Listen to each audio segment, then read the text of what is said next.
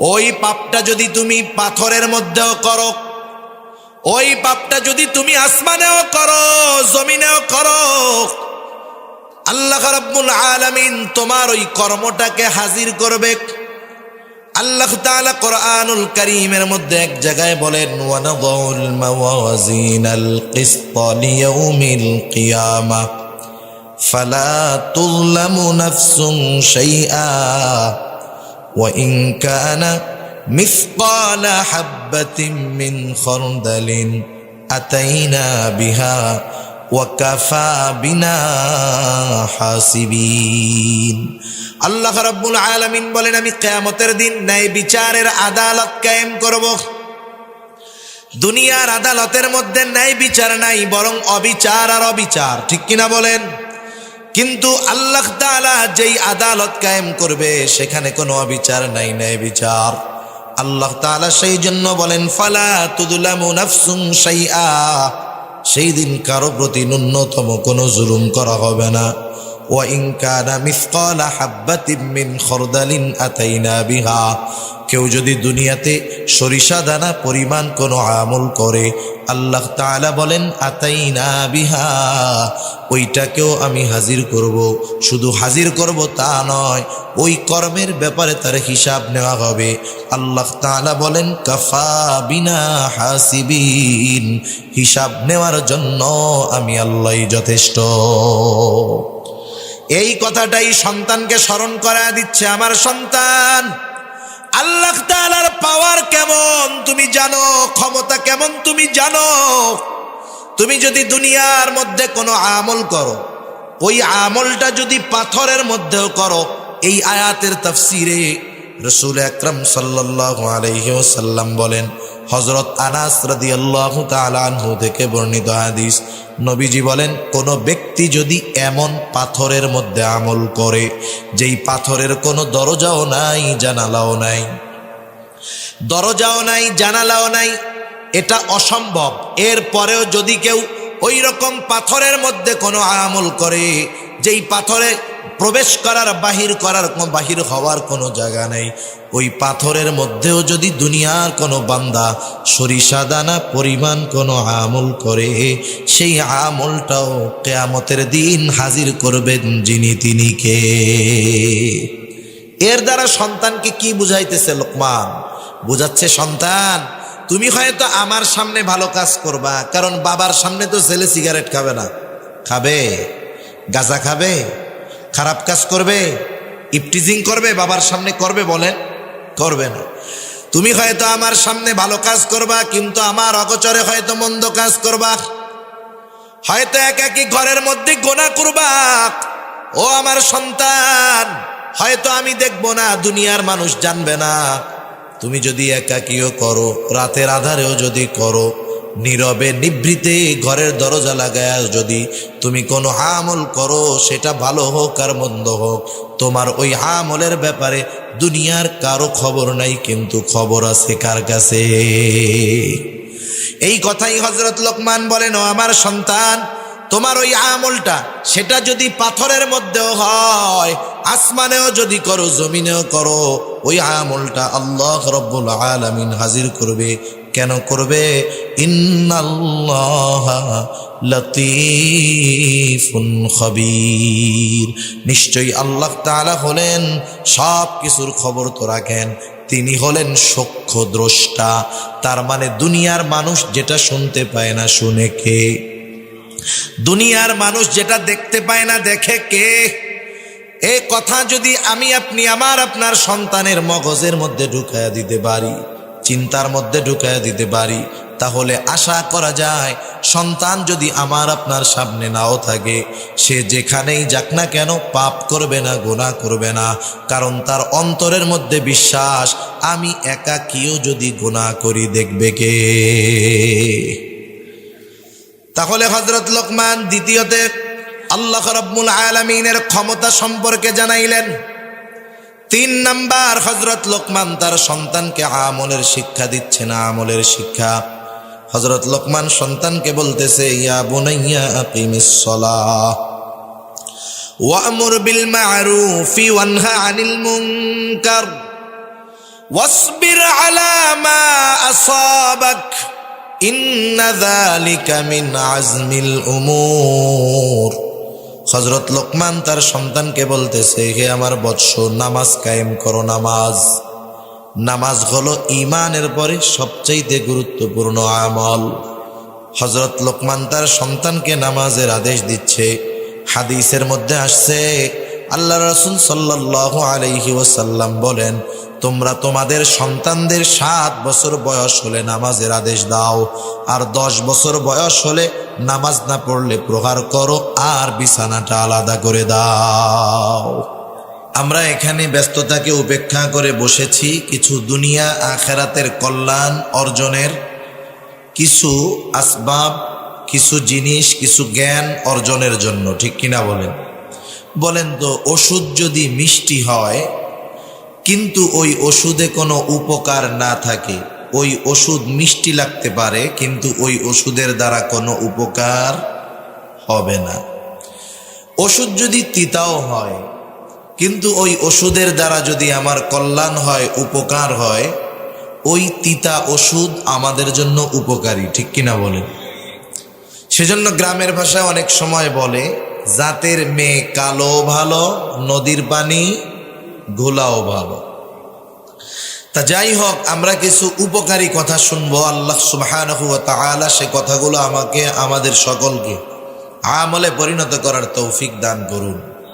সম্মানিত উপস্থিতি, আল্লাহ সুবহানাহু ওয়া তাআলা আমাদেরকে এ দুনিয়াতে অজস্র নেয়ামত দান করেছেন। আল্লাহ প্রদত্ত নেয়ামত সমূহের মধ্যে অন্যতম নেয়ামত হলো সন্তান। আল্লাহর পক্ষ থেকে যত নেয়ামত আমরা পেয়েছি, যারা বিবাহ করেছেন, করেন নাই বা করবেন, মনে রাখতে হবে আল্লাহ প্রদত্ত দামি নেয়ামত সমূহের মধ্যে অন্যতম একটি দামি নেয়ামত আমাদের সন্তান। এই সন্তানেরা শুধু দুনিয়ার কাজে লাগে তা নয়, এই সন্তানেরা আমরা যদি তাদের একটু যথাযথ পরিচর্যা করতে পারি, যত্ন নিতে পারি, আমাদের এই সন্তানেরা দুনিয়া এবং আখেরাত উভয় জাহানে আমাদের জন্য সম্পদে পরিণত হবে। অনেক সময় অনেক মা বাবা চিন্তা করে যে আমার সন্তান কবে বড় হবে, লেখাপড়া কবে শেষ করবে, কর্মজীবনে কবে ঢুকবে, আর আমি বাড়িতে বসে বসে থাকবো, আমাকে ইনকাম করে খাওয়াবে। অনেক মা বাবা মনে করে আল্লাহ মনে হয় সন্তান এজন্যই দিয়েছে যে তুমি একে লালন পালন করবা, বড় বানাবা, ও ইনকাম শিখবে, তুমি বুড়া হবা, বাড়িতে পার উপরে পা তুলে শুধু খাবা। বলেন তো, আল্লাহ তাআলা কি শুধুমাত্র এই জন্যই সন্তান দান করেছেন? না, শুধু দুনিয়ার উপকার হাসিল করার জন্য আল্লাহ তাআলা সন্তান দান করেন নাই। এই সন্তানকে যদি আমরা যথাযথভাবে যত্ন নেই, এ সন্তান আমার আপনার জন্য দুনিয়া এবং আখেরাত উভয় জাহানে সম্পদে পরিণত হবে। আর সন্তানকে যদি উভয় জাহানের সম্পদে পরিণত করতে চাই, কোরআন এবং সুন্নাহর মধ্যে সন্তানদের লালন পালন, তাদের দায়িত্বের ব্যাপারে যে কথাগুলো আল্লাহ এবং তার রাসূল জানিয়েছেন, সেই অনুযায়ী আমাদের আমল করতে হবে, তাহলে সন্তান সম্পদে পরিণত হবে। এখন সন্তান যদি সম্পদে পরিণত হয়, লাভটা কি? আমি একটা দুইটা লাভের কথা বলে আমি যে আলোচনা করব ইনশাআল্লাহ ওইদিকে আমি যাব ইনশাআল্লাহ। আপনারা সজাগ আছেন তো? তাকবীর দেন, নারায়ে তাকবীর। আওয়াজ হয় নাই, নারায়ে তাকবীর। আরো জোরে, নারায়ে তাকবীর। মাশাআল্লাহ, একটু সজাগ থাকতে হবে আমাদের। তা যাই হোক, সন্তান যদি সম্পদ হয়, দুনিয়া আখেরাতে লাভ আছে। দুনিয়ার লাভ কি? আপনারা হয়তো অনেকে জেনে থাকবেন, দেখে থাকবেন যে দুনিয়াতে এমনও মানুষ আছে যার 3-4টা সন্তান, সবাই উচ্চ শিক্ষিত সবাই। কেউ আমেরিকায় থাকে, কেউ কানাডায় থাকে, কেউ ইংল্যান্ডে থাকে। এই বাবা তার সারা জীবনের সব সম্পদ ব্যয় করে 3 সন্তানকে লেখাপড়া শিখিয়েছেন, কিন্তু আফসোস, এই বাবা যখন বার্ধক্যে উপনীত হলেন, এই উচ্চ শিক্ষিত অনেক সম্পদের মালিক 3 সন্তান মা বাবার খোঁজ খবরও নেয় না, মা বাবার ব্যাপারে তাদের কোনো টেক কেয়ার নাই, বরং এমনও হয় অনেক মা বাবার উচ্চ শিক্ষিত সন্তান থাকার পরেও ওই মা বাবার শেষ জীবন বৃদ্ধাশ্রমে কাটাতে হয়, আছে না নাই? আমি আপনাদের খেদমতে অনেক উদাহরণ দিতে পারবো, উপমা দিতে পারবো, যে 5টা সন্তান তিনি সারা জীবনের সব উপার্জন ব্যয় করে দুনিয়াবি লাইনে সর্বোচ্চ শিক্ষিত বানিয়েছেন। তার 5টা ছেলেই বিদেশে লেখাপড়া করে ডক্টরেট অর্জন করেছে। আফসোস, ওই লোকটাকে জীবনের শেষ সময়ে অসুস্থতার মাঝে ওষুধ না পেয়ে বৃদ্ধাশ্রমে তাকে কাটাতে হয়েছে। এখন বলেন, যেই বাবা এই সন্তানদের দুনিয়ার লাইনে উচ্চ শিক্ষিত করলো, অথচ দুনিয়াতেই ওই বাবা ওই সন্তানদের দ্বারা কোনো উপকার পায় নাই, তাহলে মরার পরে ওই সন্তানদের দ্বারা বাবা পরকালের উপকার পাবে, এটা কল্পনাও করা ভুল বিষয়, ঠিক কিনা বলেন? তাহলে আমরা চাই যে আমাদের সন্তান অনেক টাকা পয়সার মালিক না হোক, কিন্তু আমি যখন বার্ধক্যে উপনীত হব, হায়াত যদি থাকে, আমার সন্তান হয়তো আমাকে 10-15 প্রকারের তরকারি দিয়ে খাওয়াতে পারবে না, কিন্তু আমি যেমন ছোটবেলায় তাকে আদর স্নেহে বুকে লালন পালন করেছি, আমার সন্তান হয়তো আমাকে মরিচ ভর্তা দিয়ে খাওয়াবে, আলু ভর্তা দিয়ে খাওয়াবে, কিন্তু বার্ধক্যে আমার প্রতি তার স্নেহ, মোহাব্বত, ভালোবাসা, দরদ থাকবে। শুধু তাই না, প্রত্যেকটা বাবা যার মধ্যে ন্যূনতম ঈমান আছে, সে একথা চিন্তা করে, তার এটা চাওয়া, তার এটা আশা যে আমি মারা যাওয়ার পর আমার সন্তানেরা জানি আল্লাহ তাআলার কাছে আমার ক্ষমার জন্য দোয়া করে। এটা প্রত্যেকটা বাবা চায় কি চায় না? কিন্তু আমরা যা চাই সেই অনুযায়ী আমরা আমাদের সন্তানদেরকে প্রস্তুত করি না।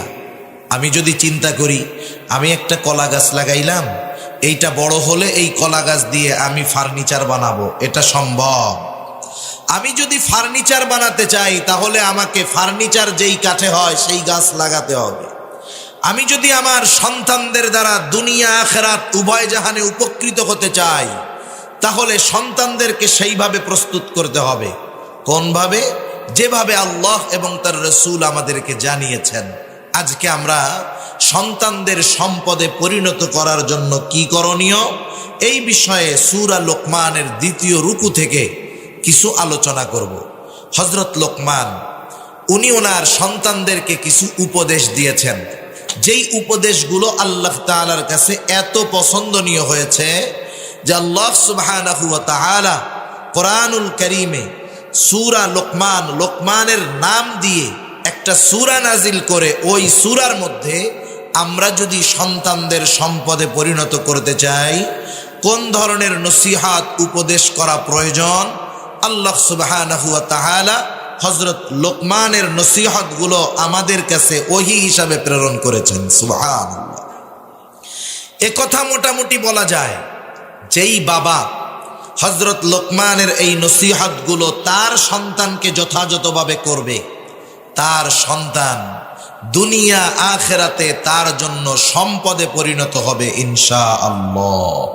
সেজন্য যাদের সন্তান আছে আমরা তারাও শুনবো আমলের নিয়তে, যারা বিবাহ করি নাই আমরাও শুনবো এবং মনে মনে এই নিয়ত রাখবো, আল্লাহ তাআলা যদি সন্তান দেন, আমি আমার সন্তানেরা যখন বুঝবে আমিও তাদেরকে এই নসিহতগুলো করব। আল্লাহ তাআলা হযরত লোকমানের নসিহতগুলো পছন্দ হয়েছে বিদায় ওহী হিসাবে ওই নসিহাগুলো আমাদেরকে আল্লাহ তাআলা জানিয়ে দিয়েছেন। প্রথমে আল্লাহ তাআলা হযরত লোকমানের পরিচয় তুলে ধরছেন। কেন? কারণ আপনাদের এই পিএম খালি, এটা তো একটা ইউনিয়ন, তাই না? এই ইউনিয়নের একজন চেয়ারম্যান আছে, আপনারা সবাই চেয়ারম্যানকে চিনেন। চেয়ারম্যান সাহেবের সাথে দেখা হলে আপনারা সালাম বিনিময় করেন, তাকে সম্মান করেন। চেয়ারম্যান সাহেব কোনো কথা বললে গুরুত্ব সহকারে শুনেন। কেন? কারণ উনি যে চেয়ারম্যান, তার পরিচয় আপনাদের চেনা আছে, জানা আছে, ঠিক কিনা? আপনারা তাকে চেয়ারম্যান এই কারণে গুরুত্ব দেন, সমীহ করেন, সম্মান করেন, তার কথার গুরুত্ব আরোপ করেন। কিন্তু আপনাদের এই চেয়ারম্যান বা যে কোনো ইউনিয়নের সম্মানিত চেয়ারম্যান যদি দেশের আরেক প্রান্তে যায়, আসেন কক্সবাজার, চেয়ারম্যান সাহেব গেলেন সেই পঞ্চগড়ের তেঁতুলিয়া, যেখানে তাকে কেউ চিনে না, বলেন তো, তার কথাগুলো তার পরিচিত মানুষ, আপনাদের ইউনিয়নের মানুষ যেভাবে গ্রহণ করবে, গুরুত্ব দিবে, তাকে যেখানে চিনে না ওই পঞ্চগড়ে তার কথাগুলো কি পঞ্চগড়ের লোক সম আপনারা যতটুকু গুরুত্ব দিবেন ততটুকু গুরুত্ব দিবে? কেন? কারণ ওই এলাকার লোক ওনার পরিচয় জানে না। কিন্তু যখন মানুষ জানবে যে এই লোকটা বাংলাদেশের একেবারে পৃথিবীর সর্ববৃহৎ সমুদ্র সৈকত যেই কক্সবাজারে অবস্থিত, সেই কক্সবাজার সদরের একটা ইউনিয়নের সম্মানিত চেয়ারম্যান, বলেন তো পরিচয় জানার পর ওনার কথার গুরুত্ব তাদের মধ্যে আগের চাইতে বাড়বে না কমবে? তার মানে মানুষ যখন মানুষের পরিচয় জানতে পারে, চিনতে পারে, তার পরিচয় জানার পরে ওই ব্যক্তির গুরুত্ব, তার কথার গুরুত্ব মানুষের কাছে বেড়ে যায়। আল্লাহ তাআলা হযরত লোকমানের নসিহতগুলো বর্ণনা করার পূর্বে হযরত লোকমানের পরিচয়টা একেবারে সংক্ষিপ্ত সারে তুলে ধরতেছেন। আল্লাহ তাআলা বলেন, ওয়ালাকাদ আতাইনা লুকমানাল হিকমাতা আনিশকুর লিল্লাহ। আল্লাহ রাব্বুল আলামিন বলেন, আমি লোকমানকে হিকমত প্রদান করেছি।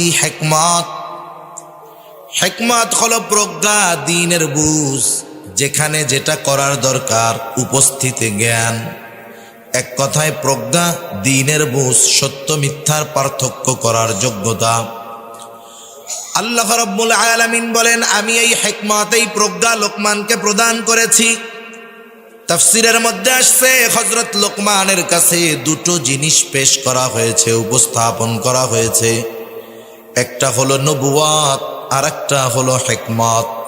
হযরত লোকমানকে যখন ইচ্ছাধীন স্বাধীনতা দিয়ে দেওয়া হলো, লোকমান তুমি চাইলে হিকমত গ্রহণ করতে পারো, তুমি চাইলে নবুয়াত গ্রহণ করতে পারো। হযরত লোকমান হিকমতকে গ্রহণ করলেন, তবে নবুয়াত এটা যে সর্বোচ্চ মর্যাদাপূর্ণ একটি বিষয়, এরপরেও তিনি কেন হিকমত গ্রহণ করলেন? ওনাকে প্রশ্ন করা হলো, লোকমান নবুয়তের মতো মর্যাদাপূর্ণ পদ পাওয়ার সুযোগ থাকার পরেও কেন আপনি হিকমতকে গ্রহণ করলেন? তিনি বললেন, শোনেন, নবুয়াত এটা যে মর্যাদাপূর্ণ একটি বিষয়, কোনো সন্দেহ নেই। এই দায়িত্বটা আল্লাহ তাআলা আমাকে নিজের থেকে দেন নাই, বরং আমাকে নেওয়ার সুযোগ দিয়েছে। আল্লাহ রাব্বুল আলামিন যদি নিজের থেকে নবুয়াত আমাকে দিতেন, তাহলে এই নবুয়াতি দায়িত্ব পালন করতে গিয়ে যত কিছুর ব্যবস্থাপনা করার দরকার ছিল সব কিছুর ব্যবস্থাপনা আল্লাহ তাআলা করতেন। আর যদি এই নবুয়াতের দায়িত্ব আমি নিজের থেকে নিতাম, এই দায়িত্ব পালন করতে গিয়ে যদি আমার কোনো ত্রুটি বিচ্যুতি হতো, এই ব্যাপারে আল্লাহ তাআলার কাছে আমার জবাবদিহিতা করা লাগতো। কারণ একটা বিষয় হলো নিজের থেকে দায়িত্ব নেওয়া, আর একটা হলো দায়িত্ব দেওয়া। আপনাকে যদি কেউ কোনো দায়িত্ব দেয় যে তুমি এই দায়িত্বটা নাও, এই কাজটা করো, আপনি যদি অপারগতা প্রকাশ করে বলেন আমি পারবো না, কিন্তু সে আপনাকে দায়িত্ব দিয়ে বলল, শোনো, চিন্তার কোনো কারণ নাই, তুমি এই দায়িত্ব নাও, তোমার এই দায়িত্ব পালনের জন্য যা করার দরকার সব ব্যবস্থাপনা আমি গ্রহণ করব। এখন বলেন তো, এই কাজ করতে গিয়ে, ওই দায়িত্ব পালন করতে গিয়ে আপনার যদি কোনো ত্রুটি বিচ্যুতি হয়, তাহলে আপনার বলার সুযোগ আছে যে দায়িত্ব তো আমি নিতে চাই নাই, আমাকে দেওয়া হয়েছে। আপনাকে তিরস্কার করার কোনো সুযোগ নাই। তবে ওই দায়িত্বটা যদি নিজের থেকে নেওয়া হয়, যদি বলা হয় এই কাজটা আমারে দাও, আমি পারি, আমি করব, নিজের থেকে দায়িত্ব নেওয়ার পর যদি কোনো ত্রুটি বিচ্যুতি হয়, তাহলে আমাকে আপনাকে তিরস্কার করা হবে। দায়িত্ব পালন করতে পারো না, দায়িত্ব নেওয়ার জন্য এত লাফাও কেন? ঠিক না? তাহলে দায়িত্ব দেওয়া আর নিজের থেকে নেওয়া এক বিষয় নয়।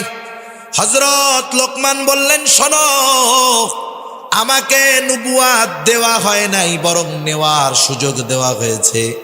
এই জন্য আমি নবুয়াত গ্রহণ করি নাই, হিকমত গ্রহণ করেছি। আল্লাহ রাব্বুল আলামিন সেই কথাই বলেন, আমি হযরত লোকমানকে হিকমত প্রদান করেছি। হিকমত আর এই হিকমত এটাও কিন্তু নেয়ামত, পরিপূর্ণ দ্বীনের বুঝ এটা কিন্তু নেয়ামত, জ্ঞান এটাও নেয়ামত, সত্য মিথ্যার পার্থক্য করার যোগ্যতা এটাও নেয়ামত। এই জন্য আল্লাহ রাব্বুল আলামিন বললেন, আমি লোকমানকে হিকমত নামক নেয়ামত দান করেছি। কেন? এই নেয়ামত পেয়ে সে যেন আনিশকুরুলিল্লাহ, সে যেন আল্লাহর শুকরিয়া আদায় করে। তার মানে প্রথম শিক্ষা আমাদের জন্য, আমরা যখন আল্লাহর তরফ থেকে কোনো নেয়ামত পাবো, ওই নেয়ামত পাবার পর শুকরিয়া আদায় করব কার?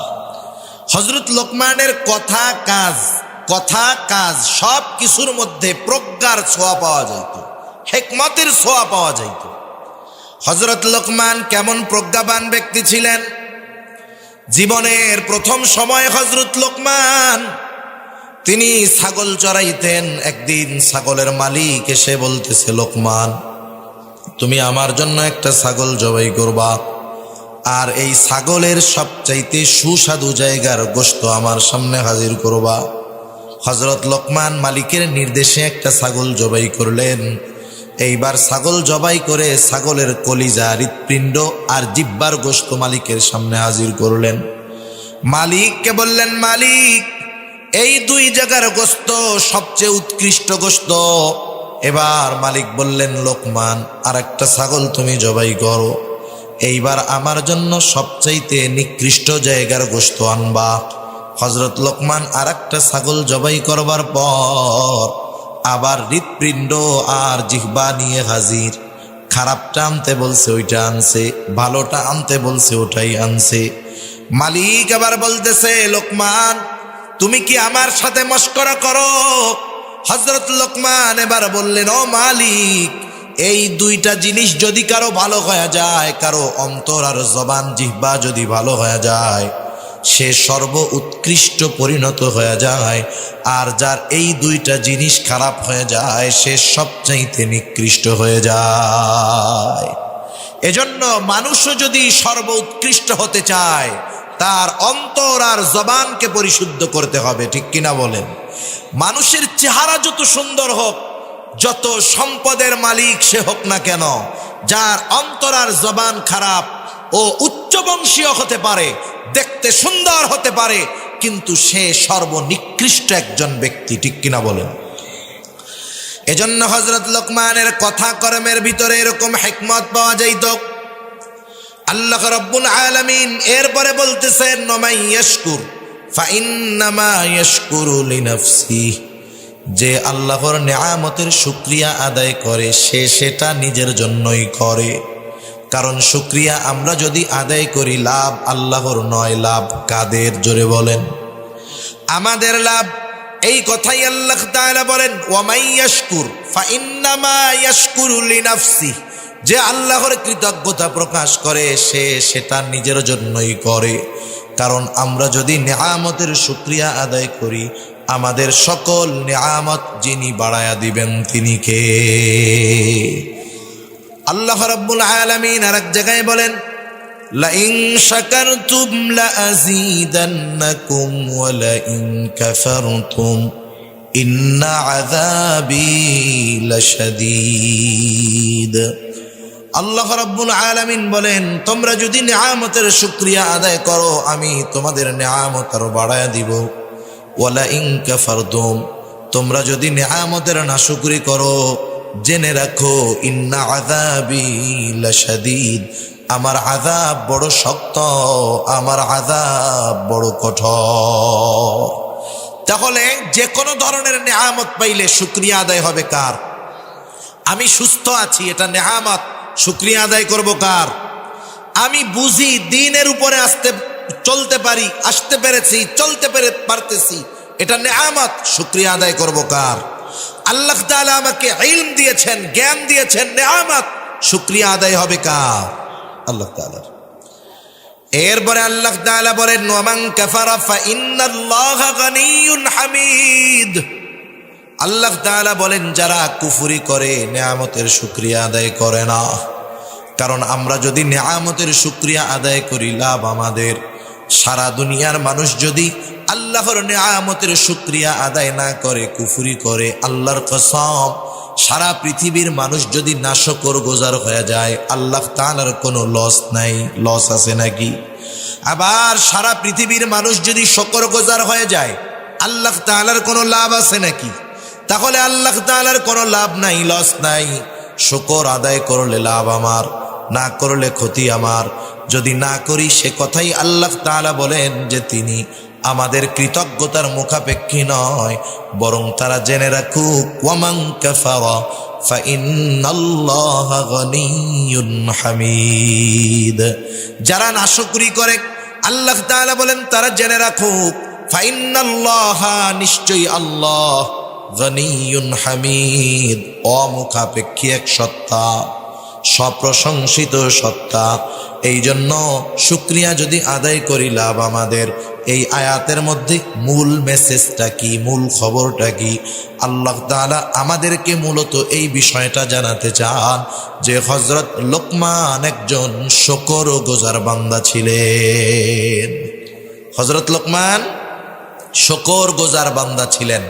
আমরা একজন মানুষের ব্যাপারে বলতে পারি উনি বড় আবেদ, উনি বড় শুকরগুজার বান্দা। আমরা বলতে পারি আমাদের দেখার দৃষ্টিকোণ থেকে আসলে উনি বড় আবেদ না উনি বড় শুকরগুজার বান্দা, এ খবর জানে কে? যেই আল্লাহর শুকরিয়া আমরা আদায় করব, সেই আল্লাহ বলতেছে যে হযরত লোকমান সে একজন শুকরগুজার বান্দা। এর দ্বারা হযরত লোকমান কতটা জ্ঞানী ছিলেন, কতটা গুরুত্বপূর্ণ ব্যক্তি ছিলেন, আল্লাহ তাআলা এটা আমাদেরকে জানিয়ে দিলেন। কথার কথা ধরেন, আপনাদের এমপি সাহেব, আপনারা কেউ তাকে চিনেন না। এমপি সাহেবের সাথে একজন লোক ঘুরে, তাকে আপনারা কেউ চিনেন না। আপনাদের এমপি সাহেবকে তো সবাইকে চিনেন। মনে করেন উনি এইখানে আসলেন, বসলেন, পাশে একজন অপরিচিত ব্যক্তি, হাজার হাজার মানুষ। তখন এমপি সাহেব যদি ওই অপরিচিত লোকটাকে পরিচয় করায় দেয় যে শোনেন, এই যে লোকটারে দেখতেছেন, লোকটা কিন্তু আমার খুব আস্থাভাজন ব্যক্তি, আমার খুব বিশ্বস্তের ব্যক্তি। বলেন তো, একটু আগে তো চিনতেন না। এমপি সাহেব যখন বলল যে আমার আস্থাভাজন ব্যক্তি, এরপর থেকে ওই লোকের কথার গুরুত্ব আপনাদের কাছে থাকবে নাকি থাকবে না? তার মানে এমপি সাহেব তার উপরে সন্তুষ্ট, বলতেছে যে আমার খুব কাছের মানুষ, আমার খুব বিশ্বস্ত ব্যক্তি। এখন ওই ব্যক্তির কদর, গুরুত্ব, তার কথার গুরুত্ব সব বেড়ে যাবে। যখন আল্লাহ তাআলা বললেন যে হযরত লোকমান আমার শুকরগুজার বান্দা, তাহলে ওই লোকমান, তার ব্যাপারে আগে জানি আর না জানি, তাকে চিনি আর না চিনি, যখন আল্লাহ তাআলা বললেন লোকমান আমার শুকরগুজার বান্দা, তার কথার গুরুত্ব দেওয়ার দরকার আছে না নাই? এইবার হযরত লোকমানের নসিহতগুলো আল্লাহ তাআলা আমাদেরকে জানাচ্ছেন। যদিও আমি দুটো আয়াত তিলাওয়াত করেছি, এরপরেও হযরত লোকমান এই রুকুর মধ্যে সন্তানদের যেই নসিহতগুলো করছেন সেগুলো আমি শুধু বলবো। এক নাম্বার, হযরত লোকমান তার সন্তানদেরকে কি নসিহত করলেন? আল্লাহ তাআলা বলেন, ওয়াইদ ক্বালা লুকমানু লিবনিহি ওয়া হুয়া ইয়াইদুহু ইয়া বুনাইয়া লা তুশরিক বিল্লাহ। হযরত লোকমান তার সন্তানদেরকে ওয়াজ করতেছে।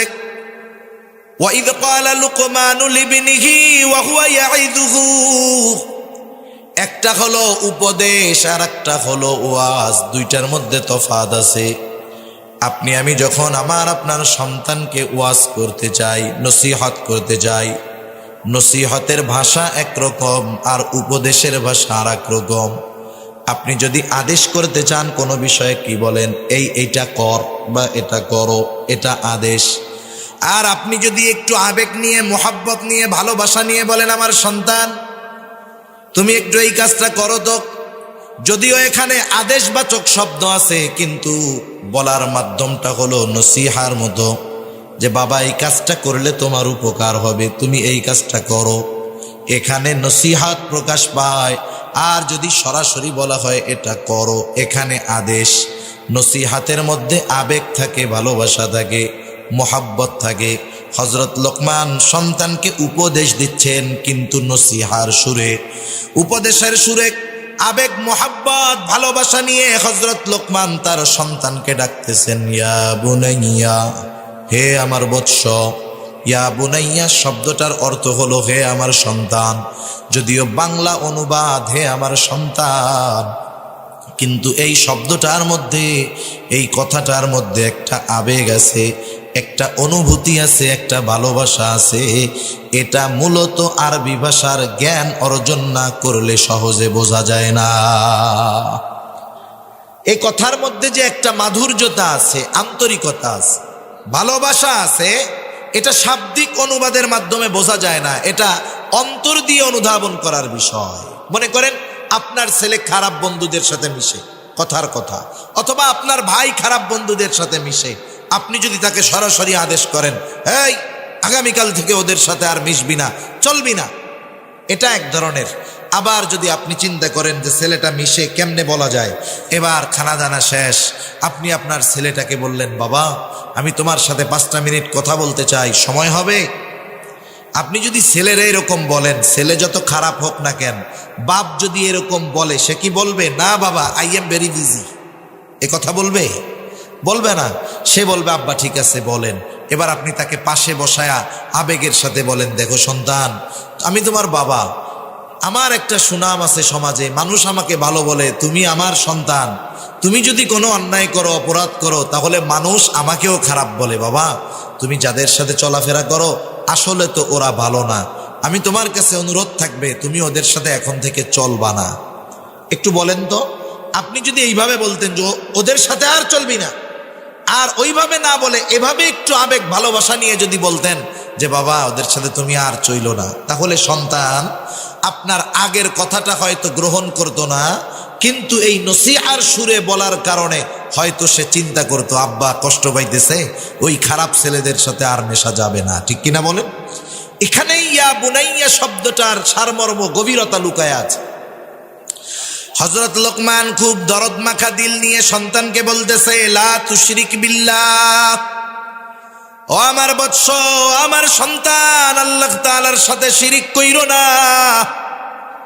কেন শিরিক করবা না? ইন্নাশ শিরকা লাযুলমুন আযীম। শিরকের বিষয় নিয়ে আমি মূলত আলোচনা করব না, এটা আলাদা একটা বিষয়, কিন্তু শিরক এটা এক মহা জুলুম, মহা অন্যায়। কেউ যদি আল্লাহ তাআলার সাথে শিরিক করে, আল্লাহ তাআলা সবচাইতে বেশি বেজার হয়ে যায়। শিরকের বড় ক্ষতি, 1 নাম্বার ক্ষতি, আল্লাহ রাব্বুল আলামিন সব গুনাহগুলো চাইলেই ক্ষমা করে দিবেন, কিন্তু কেউ যদি তার সাথে শিরিক করে, ক্ষমা যদি না চায়, তাওবা যদি না করে, আল্লাহ তাআলা ক্ষমা করবে না। আল্লাহ তাআলা কোরআনুল কারীমের সূরাতুন নিসার মধ্যে বলেন, ইন্নাল্লাহা লা ইয়াগফিরু আন ইউশরাকা বিহি ওয়া ইয়াগফিরু মা দুনা যালিকা লিমান ইয়াশা। আল্লাহ রাব্বুল আলামিন শিরকের গুনাহ ক্ষমা করবেন না, ওয়া ইয়াগফিরু মা দুনা যালিকা লিমান ইয়াশা। শিরিক ছাড়া যে গুনাহ চান তিনি ক্ষমা করে দিবেন, তাওবা ছাড়া ক্ষমা করে দিবেন। কিন্তু শিরকের গুনাহ যদি কেউ করে, শিরিক যদি কেউ করে, তাহলে আল্লাহ তাআলা তাকে ক্ষমা করবেন না যতক্ষণ না সে তাওবা করে। শিরিক করলে ক্ষতি কি? অনেক ক্ষতি। 1 নাম্বার ক্ষতি, শিরিক করে তার কোনো আমল আল্লাহ তাআলা কবুল করবে না। যে শিরিক করে তার হজ আল্লাহ কবুল করে না, শিরিক যে করে তার নামাজ আল্লাহ কবুল করেন না, শিরিক যে করে রোজা আসতেছে তার রোজা আল্লাহ কবুল করবে না। এই জন্য আল্লাহ রাব্বুল আলামিন বলেন, লা ইয়াহবাতান্না আমালুক, শিরিক যে করে তার আমল বাতিল বলে গণ্য হয়ে যায়। সেই জন্য মুশরিক শিরিক করা অবস্থায় যত আমল করে, যত ভালো কাজ করে, সেটা কবুল হয় না। তাহলে চিন্তা করেন, 1 নম্বরে কোনো আমল তার কবুল হবে না। 2 নম্বর ক্ষতি বলেন, ফাকাদ হারামাল্লাহু আলাইহিল জান্নাহ, যে শিরিকের সাথে লিপ্ত, তাওবা করলো না, তাওবা বিহীন দুনিয়া থেকে চলে গেল, আল্লাহ রাব্বুল আলামিন বলেন, ফাকাদ হারামাল্লাহু আলাইহিল জান্নাহ, আল্লাহ রাব্বুল আলামিন তার জন্য জান্নাতকে হারাম করে দিবে। তার মানে আমল কবুল হবে না, জান্নাতে যেতে পারবে না, শিরকের কারণে বেঈমান হয়ে অনন্তকাল তাকে জাহান্নামে থাকতে হবে। এখন বলেন, দুনিয়ার কোন ইমানদার বাবা চায় যে তার সন্তান জাহান্নামে যাক? কেউ চায়? কেউ চায় না। এজন্য 1 নম্বরে আমরা আমাদের সন্তানদেরকে ঈমানের শিক্ষা দিব। এটা ঈমানের শিক্ষা। শিরিক থেকে সন্তানদেরকে বাঁচাবো, আল্লাহর সাথে পরিচয় করায় দিব, আল্লাহর একত্ববাদের পরিচয় তাদেরকে শিখায় দিব। তাহলে কি হবে? আমি আপনি যদি বুড়া হই, ওর কানেকশন তো আল্লাহর সাথে। ও বুড়াকালে আমাদেরকে বৃদ্ধাশ্রমে দিবে না, মরার পরে কবরে শোয়া রাখার পরে আর খোঁজ খবর নিবে এমন নয়, নিবে না এমন নয়, বরং আল্লাহর সাথে পরিচয় হওয়ার কারণে দুনিয়ার যেই প্রান্তে ওই সন্তান থাকুক না কেন, আল্লাহ তাআলার কাছে সে তার মা বাবার জন্য দোয়া করবে। ঠিক কিনা বলুন? এজন্য আমরা সন্তানদেরকে আল্লাহর সাথে পরিচয় করায় দিব, ঈমানের শিক্ষা দিব। এরপরে আল্লাহ রাব্বুল আলামিন দুনিয়াবাসীর জন্য নসিহত করেছেন মা বাবার সাথে সদাচরণ করার ব্যাপারে। আমি আর ওগুলোর মধ্যে যাব না, আমি শুধু হযরত লোকমানের নসিহতগুলো আপনাদের খেদমতে বলবো। মনে রাখতে হবে কথাগুলো আমি শেষের দিকে কিন্তু জিজ্ঞাসা করব। ভাই, 1 নাম্বার, হযরত লোকমান তার সন্তানকে যেই নসিহতগুলো করলেন, নসিহতগুলোর মধ্যে 1 নাম্বার নসিহত, হযরত লোকমান তার সন্তানদেরকে ঈমানের শিক্ষা দিয়েছে। 1 নাম্বার শিক্ষা কিসের শিক্ষা? জোরে বলেন, কিসের শিক্ষা? ঈমানের শিক্ষা। এই শিক্ষা দ্বারা কি করলো? ছেলেকে অনন্তকাল, তার সন্তানকে অনন্তকাল জাহান্নাম থেকে বাঁচার শিক্ষা বাবা প্রথমে সন্তানকে দিলেন। দ্বিতীয় শিক্ষা কি দিলেন? আমলের শিক্ষা। কিসের শিক্ষা? হযরত লোকমান এবার সন্তানকে বলতেছে ইয়া বুনাইয়া, এবার শিক্ষা দিচ্ছেন হযরত লোকমান সন্তানকে, এবার শিক্ষা দিচ্ছেন আল্লাহ তাআলার কতটা সূক্ষ্ম, কতটা জ্ঞান, কতটা ইলম। আল্লাহর সম্যক পরিচয় সন্তানের সামনে তুলে ধরতেছেন হযরত লোকমান। হযরত লোকমান এবার সন্তানকে বলেন ইয়া বুনাইয়া ইন্নাহা ইন তাকু মিসকালা হাববাতিন মিন খারদাল ফাতাকুন ফি সখরাতিন আও ফিস সামাওয়াতি আও ফিল আরদ ইয়াতি বিহাল্লাহ। হযরত লোকমান সন্তানকে বলতেছে, ও সন্তান, ইয়া বুনাইয়া ইন্নাহা, একটু খেয়াল দিয়া শুনবো, ইন্নাহা, এই হা দ্বারা উদ্দেশ্য হলো আমল, কাজ। কোন মুফাসসির বলেন এর দ্বারা উদ্দেশ্য হলো খারাপ কাজ, কোন মুফাসসির বলেন এর দ্বারা উদ্দেশ্য হলো সকল ধরনের কাজ, ভালো কাজ আর মন্দ কাজ উভয়টা। আরবিতে কর্মকে বলা হয় আমল। কি বলে? আমল। মানুষ যখন ভালো কাজ করে আমরা কি বলি? যে লোকটা ভালো কাজ করছে, তাইলে ভালোটাও কাজ। আবার যখন মন্দ কাজ করে আমরা কি বলি? আরে ও খারাপ কাজ করে বেড়ায়, তাইলে খারাপটাও কাজ। তার মানে উদ্দেশ্য হলো, আমল দ্বারা উদ্দেশ্য হলো যে ভালো কাজ অথবা মন্দ কাজ। হযরত লোকমান সন্তানকে বলতেছে, সন্তান, ইন্নাহা ইন তাকু মিসকালা হাববাতিন মিন খারদাল, তোমার ওই কাজটা, তোমার ওই আমলটা, এটা যদি সরিষা দানা পরিমাণও হয়, তার মানে আমরা যদি কোনো কাজ এমন করি যেটা সরিষা দানা পরিমাণ, সন্তানকে সেই শিক্ষাটাই হযরত লোকমান দিয়ে বলতেছেন, বৎস, ও আমার কলিজার টুকরা সন্তান, তুমি যেই ধরনের পাপ করো না কেন, তোমার ওই পাপটা যদি একেবারে ছোট হয়, সরিষা দানা পরিমাণও হয়, ওই পাপটা যদি তুমি পাথরের মধ্যেও করো, ওই পাপটা যদি তুমি আসমানেও করো, জমিনেও করো, আল্লাহ রাব্বুল আলামিন তোমার ওই কর্মটাকে হাজির করবে। আল্লাহ তাআলা কোরআনুল কারীমের মধ্যে এক জায়গায় বলেন, ওয়ানাদাউল মাওয়াজিনাল কিসতা লিয়াউমিল কিয়ামাহ ফালা তুযলামু নাফসুন শাইআ ওয়া ইন কানা মিসকালা হাববাতিন মিন খারদালিন আতাইনা বিহা ওয়াকাফা বিনা হাসিবিন। আল্লাহ রাব্বুল আলামিন বলেন, আমি কিয়ামতের দিন ন্যায় বিচারের আদালত কায়েম করব। দুনিয়ার আদালতের মধ্যে ন্যায় বিচার নাই, বরং অবিচার আর অবিচার। ঠিক কিনা বলেন? কিন্তু আল্লাহ তাআলা যেই আদালত কায়েম করবে সেখানে কোনো অবিচার নাই, ন্যায় বিচার। আল্লাহ তাআলা সেই জন্য বলেন, ফালা তুযলামু নাফসুন শাইআ, সেই দিন কারো প্রতি ন্যূনতম কোনো জুলুম করা হবে না। ওয়া ইন কানা মিসকালা হাববাতিন মিন খরদালিন আতাইনা বিহা, কেউ যদি দুনিয়াতে সরিষা দানা পরিমাণ কোনো আমল করে, আল্লাহ তাআলা বলেন আতাইনা বিহা, ওইটাকেও আমি হাজির করব। শুধু হাজির করব তা নয়, ওই কর্মের ব্যাপারে তার হিসাব নেওয়া হবে। আল্লাহ তাআলা বলেন কাফা বিনা হাসিবিন, হিসাব নেওয়ার জন্য আমি আল্লাহই যথেষ্ট।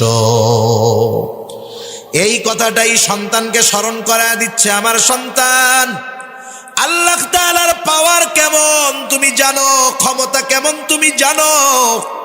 তুমি যদি দুনিয়ার মধ্যে কোনো আমল করো, ওই আমলটা যদি পাথরের মধ্যেও করো, এই আয়াতের তাফসিরে রাসূল আকরাম সাল্লাল্লাহু আলাইহি ওয়াসাল্লাম বলেন, হযরত আনাস রাদিয়াল্লাহু তাআলা আনহু থেকে বর্ণিত হাদিস, নবীজি বলেন, কোন ব্যক্তি যদি এমন পাথরের মধ্যে আমল করে যেই পাথরের কোনো দরজাও নাই, জানালাও নাই, দরজাও নাই, জানালাও নাই, এটা অসম্ভব, এরপরেও যদি কেউ ওই রকম পাথরের মধ্যে কোনো আমল করে যেই পাথরে প্রবেশ করার বাহির হওয়ার কোনো জায়গা নেই, ওই পাথরের মধ্যেও যদি দুনিয়ার কোনো বান্দা সরিষা দানা পরিমাণ কোনো আমল করে, সেই আমলটাও কিয়ামতের দিন হাজির করবেন যিনি, তিনি কে?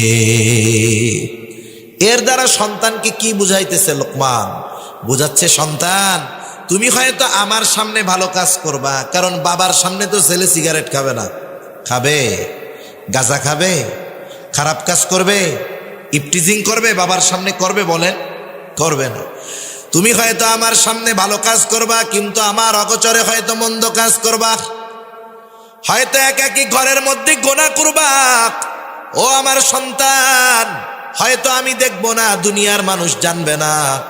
তুমি যদি একাকীও করো, রাতের আধারেও যদি করো, নীরবে নিভৃতে ঘরের দরজা লাগায় যদি তুমি কোনো আমল করো, সেটা ভালো হোক আর মন্দ হোক, তোমার ওই আমলের ব্যাপারে দুনিয়ার কারো খবর নাই, কিন্তু খবর আছে কার কাছে?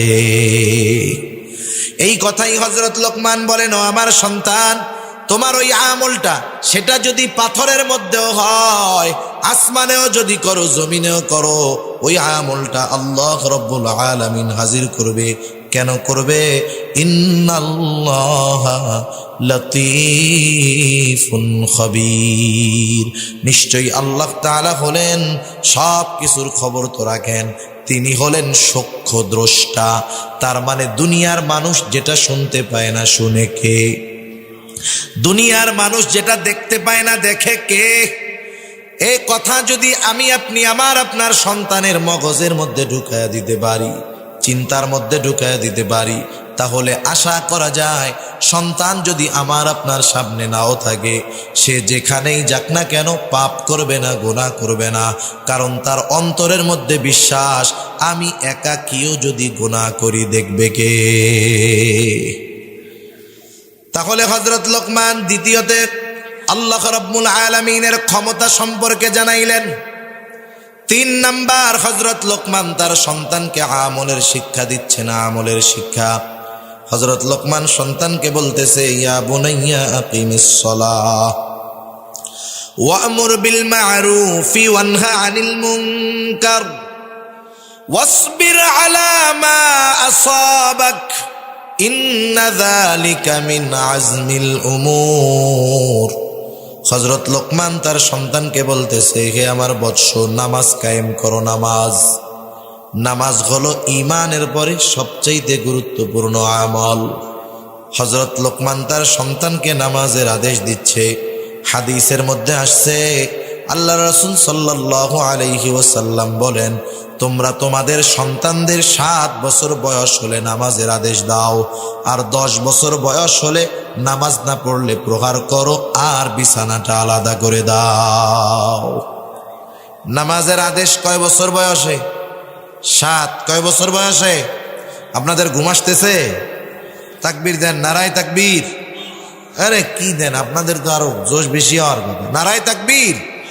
নাকি চিন্তা করতেছেন হুজুর আপনি একা করতেছেন ওয়াজ, এটা শুনবো কি? ওই দিকের থেকে তো আওয়াজ আছে, ওইটাও একটু শুনি। 2 ওয়াজ একসাথে শোনার দরকার নাই, একটাই শুনেন। তাহলে দেখেন, ইমানের পরে সবচাইতে গুরুত্বপূর্ণ কাজ হলো নামাজ। 7 বছর বয়স যখন হবে সন্তানের, নামাজের আদেশ দিতে হবে। নবীজি সাল্লাল্লাহু আলাইহি ওয়াসাল্লাম বলছেন 10 বছর বয়স হলে নামাজ না পড়লে প্রহার করতে হবে। এখন বুঝে থাকলে বলেন, আপনি যদি কাউকে কোনো বিষয়ে আদেশ করতে চান, যেই বিষয়ে তার জানা নাই, ওই বিষয়ের কাজ বা তার অভিজ্ঞতা নাই, বলেন তো জানার পরেও আপনি যদি সেই কাজের ব্যাপারে তাকে আদেশ করেন, কাজটা ঠিক হবে? ঠিক হবে না। আপনার ছেলে, আপনার সন্তান যেই কাজটা পারে না, আপনি তাকে যেটা শেখান নাই, সেই কাজের ব্যাপারে তাকে যদি আদেশ করেন, এটা তার উপরে জুলুম করা হবে। তাহলে যে কোনো জিনিস আদেশ করার জন্য যাকে আদেশ করা হবে তাকে আগে শেখাতে হয়, অভ্যাস করাতে হয়। এখন বলেন, 7 বছরে যদি সন্তানকে নামাজের আদেশ দিতে হয়, নামাজ শেখাতে হবে 7 বছরের পরে না আগে? আরো অনেক আগের থেকে শেখাতে হবে। তার মানে আপনি তাকে 5 বছর থেকে কমপক্ষে নামাজে অভ্যস্ত করবেন। মাঝে মধ্যে মসজিদে নিয়ে যাবেন, মাঝে মধ্যে সুন্নাত নফল নামাজ ঘরে পড়বেন। ছোট বাচ্চা, 2 বছরের বাচ্চাও যদি হয়, কোনো বাবা যদি ঘরে নামাজ পড়ে সুন্নাত নামাজ, ওই বাচ্চা 2 বছরের বাচ্চা হলেও দেখবেন বাবার সাথে দাদার সাথে আইসা রুকু দেয়, সেজদা দেয়। তার পরনে কোনো কিছু না থাকুক, মাথার মধ্যে একটা টুপি লাগায়া সেও নামাজের মতো অভিনয় করে। ঠিক কিনা বলেন? আপনি যখন এই সুন্নাত পড়লেন ঘরে, কারণ আমাদের মা বোনেরা সাধারণত ঘরের কোণে নামাজ পড়েন, নিরিবিলি জায়গায় যেখানে আলো কম। কিন্তু কোনো পুরুষ যখন ঘরে নামাজ পড়ে ঘরের কোণায় যায় না, সে বারান্দায় নামাজ পড়ে, খোলা জায়গায় পড়ে। আপনি যখন সুন্নাত নামাজটা ঘরে পড়বেন, নফল নামাজটা ঘরে পড়বেন, আপনার সন্তান, আপনার ভাতিজা, আপনার ভাগ্নে, আপনার নাতি, সে এসে আপনার পাশে নামাজের অভিনয় করবে, সে নামাজে অভ্যস্ত হবে। কারণ বড়রা যেই কাজটা করে ছোটরা দেখে শুনে আর মনে করে ওটাই মনে হয় ভালো। ঠিক না? দেখবেন এটা বাচ্চাদের অভ্যাস। এইবার আরেকটু বড় যখন হলো, 3 বছর 4 বছর বয়স, 4 4.5 বছর বয়স, এখন সে ভালো মন্দ বলতে পারে, প্রস্রাব পায়খানা আসলে বলতে পারে। 5 বছর বয়স হয়ে গেছে, এখন আপনি তাকে নিয়ে মসজিদে যাবেন, এটা হবে তার অভ্যাস। 5 বছরের বাচ্চা মসজিদে প্রস্রাব পায়খানা করবে না। প্রস্রাব পায়খানা করলে আব্বাকে ডাকবে, বলবে। আমাদের সমাজে এই বিষয়টা নাই। ছোটদেরকে মসজিদে নেওয়ার অভ্যাস না করার কারণে ওই ছোট ছেলেটা যখন বড় হয়, ওর 2 পা ধরেও ওকে মসজিদে নেওয়া যায় না। আরব দেশে দেখেন না, ছোট ছোট বাচ্চাদের অনেক দূর থেকে গাড়িতে করে আব্বা নামাজ পড়তে নিয়ে এসে মসজিদে এনে ছেড়া দেয়। নামাজ ফরজ হয় নাই, তাতে কি? ওকে নামাজ শিখতে হবে না? ও বড় হলে এক সময় ফরজ হবে না? ওর নামাজ ফরজ হবে না ওর উপরে? কিন্তু আফসোস, আমাদের দেশের কিছু পাকা মানুষ আছে, এরা একটু ছোটরা মসজিদে আসলে, একটু চেঁচামেচি করলে মানুষজন রাগ হয়। আরে নবীজি একদিন নামাজ পড়াইতেছেন, সম্ভবত মাগরিবের নামাজ অথবা আসরের নামাজ। রাসূলুল্লাহ সাল্লাল্লাহু আলাইহি ওয়াসাল্লাম সিজদায় গেলেন। ইমাম সিজদা থেকে উঠতে বিলম্ব হচ্ছে। সাহাবায়ে কেরাম ভাবলো মনে হয় সিজদার মধ্যে কোনো ওহী নাজিল হইতেছে। আর নবীজি সাল্লাল্লাহু আলাইহি ওয়াসাল্লাম যখন কোনো নতুন ওহী নাজিল হতো, সাথে সাথে উপস্থিত সাহাবারা যারা থাকতেন তাদের সামনে নবীজি তিলাওয়াত করতেন আর বলে দিতেন, এটা ওই সূরার অংশ, ওইটার সাথে যোগ করবা। রাসূলুল্লাহ সাল্লাল্লাহু আলাইহি ওয়াসাল্লাম নামাজ শেষ করলেন, সাহাবাদের দিকে ঘুরে বসলেন। সকলে চিন্তা করতেছে হয়তো নতুন কোনো ওহী নাজিল হয়েছে, তিলাওয়াত করে নবীজি শোনাবে। কিন্তু নবীজি তো কিছু বলেন না। একজন উৎসুক সাহাবী নবীজিকে প্রশ্ন করলো, ইয়া রাসূলুল্লাহ, নামাজের ওই সিজদাটা অনেক দীর্ঘ করলেন, বিলম্ব করলেন, কোনো ওহী নাজিল হয়েছিল নাকি? নবীজি সাল্লাল্লাহু আলাইহি ওয়াসাল্লাম বললেন, না, ওহী নাজিল হয় নাই। আমি যখন ওই রাকাতের সিজদায় গেলাম, নবীজির মসজিদের মেহরাব যেটা ছিল, নামাজ যে জায়গায় দাঁড়ায় পড়াই দেন, একেবারে সাথে সাথেই একটা দরজার পাশেই নবীজির হুজরা। নবীজি সাল্লাল্লাহু আলাইহি ওয়াসাল্লাম রমাদানে ইতিকাফ করতেন। আয়েশা সিদ্দিকা রাদিয়াল্লাহু তাআলা আনহা বলেন, নবীজি মসজিদে ইতিকাফে থাকতেন আর আমি হুজরার দরজা দিয়ে নবীজির মাথায় তেল দিয়ে দিতাম। তার মানে বুঝতে পারছেন, মসজিদ আর নবীজির হুজরাটা হলো একেবারে সাথে। নবীজি সাজদায় গেলেন। এইবার নবীজি বলেন, আমার নাতি হুসাইন, আমি যখন সাজদায় গেলাম আমার ঘাড়ের উপরে উঠে খেলা শুরু করে দিল। আমি দেখছি অনেক সময় বাসায় যখন কেউ নামাজ পড়ে ছোট বাচ্চা ঘোড়ার মতো উপরে ওইটা নাচে, ওঠে না? এবার মা কি করে, ধাক্কা দিয়া ফেলায় দেয়, মানে ওর সাথে কুস্তি করে। আরে ওইটা খেলুক না, কারণ ছোট বাচ্চাদের অভ্যাস হইল ওরা এক কাজ অনেক সময় করে না। আপনি ছোট একটা বাচ্চাকে দিয়ে এক কাজ অনেক সময় করাতে পারবেন না, 2-3 মিনিট পর পর ওর খালি কাজ পরিবর্তন হয়। ও হয়তো 1 মিনিট আপনার সেজদার সময় ঘাড়ের উপরে ওইটা বসবে, যখন দেখবেন নড়াচড়া করে না ও এমনি নেমে যাবে। তা আপনি সুবহানা রাব্বিয়াল আলাটা একটু বাড়ায়া পড়েন, অসুবিধা নেই তো? অসুবিধা আছে, কিন্তু কি করে, ধাক্কা দিয়া ফালায়া দেয় ছোট বাচ্চাকে। এ কাজ আমরা করব না। আমি নামাজের সেজদায় গেলাম, ছোট বাচ্চা ঘাড়ের উপরে উঠছে, যতক্ষণ থাকে থাক। আমি যখন বাসায় সুন্নাত পড়ি আমার বাচ্চা এরকম উঠে ঘাড়ের উপরে উঠে ঝুলা থাকে, থাক ঝুলে, কতক্ষণ তুই থাকবি, থাক। এক সময় ও নাইমাই যায়। এজন্য আমরা যদি এখন বাসায় নামাজ পড়বো, ওরা যদি ঘাড়ের উপরে উঠে টুঠে আমরা রাগ করব না, ও থাক ওর মতো, 1 মিনিটের মধ্যে এমনি নাইমা যাবে। নবীজি সাল্লাল্লাহু আলাইহি ওয়াসাল্লাম বলেন, হুসাইন আইসা আমার ঘাড়ের উপরে উঠলো। নবীজিকে ঘোড়া বানায় খেলতো হুসাইন রাদিয়াল্লাহু তাআলা আনহু। নবীজির গায়রাত, ব্যক্তিত্ববোধ, এইরকম গায়রাত কারো ছিল না। কিন্তু নবীজি শিশুদের সাথেও মিশতেন। নবীজি ঘোড়া হইতেন। হাসান হুসাইন রাদিয়াল্লাহু তাআলা আনহুমা নবীজির পিঠের উপরে উঠা ঘোড়া বানায় খেলতো। সাহাবায়ে কেরাম হুসাইন রাদিয়াল্লাহু তাআলা আনহুকে বলতো, তোমার ঘোড়াটা তো বেশ দামি ঘোড়া। নবীজিও মজা করতেন। এইবার ওই ছোট বাচ্চা বোঝে না, নানা সেজদায় গেছে, ঘাড়ের উপরে ওইটা ঘোড়া বানায় খেলা শুরু করছে। নবীজি বললেন, আমি চাইলাম না সে তার খেলার ব্যাপারে অতৃপ্ত থাক।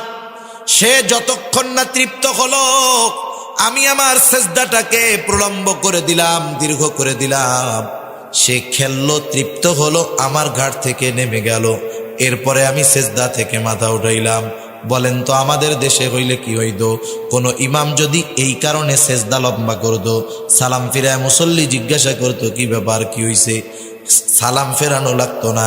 ইমাম যদি সেজদাটারে একটু লম্বা করে, মুসল্লি মাথায় উঠায় দেখতো ইমাম বাইসে আছে না মরছে, ঠিক কিনা? এরপরে যদি দেখতো যে ইমাম সাহেবের ছেলে ইমাম সাহেবের ঘাড়ের উপরে ওইটা খেলতেছে, সালাম ফেরানোর আগে ওই লোক কইতো কি, নামাজ বাদ দিয়া, হুজুর চাকরি আপনার শেষ, ওই দরজা দিয়ে বাইরন।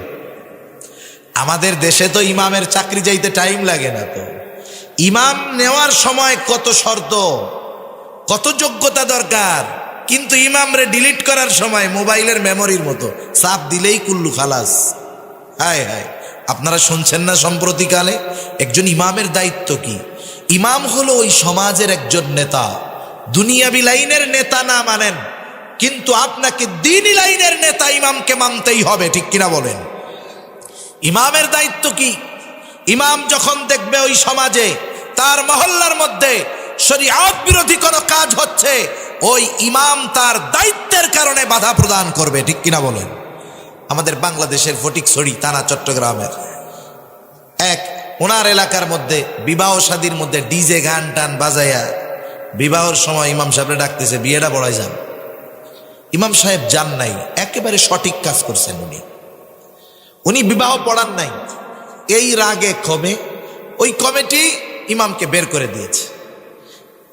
বিবাহ হলো রাসূলের সুন্নাত, সুন্নাতের মধ্যে ওই ধরনের অপকর্ম থাকবে। একজন ইমাম যার মধ্যে ন্যূনতম দায়িত্ববোধ আছে, সে ওই বিবাহ পড়াবে না, এটাই বাস্তবতা, এবং উনি সঠিক কাজ করেছেন। ওরা মনে করতেছে ইমামকে আমি তাড়িয়ে দিলাম আর ইমাম এখন না খায়া মরবে। না না, ওই ইমামরে তো এদেশের কেউ চিনতো না। কেউ চিনত? ওরা বাইর করে দিল, গোটা দেশের মানুষ এখন তাকে চিনবে।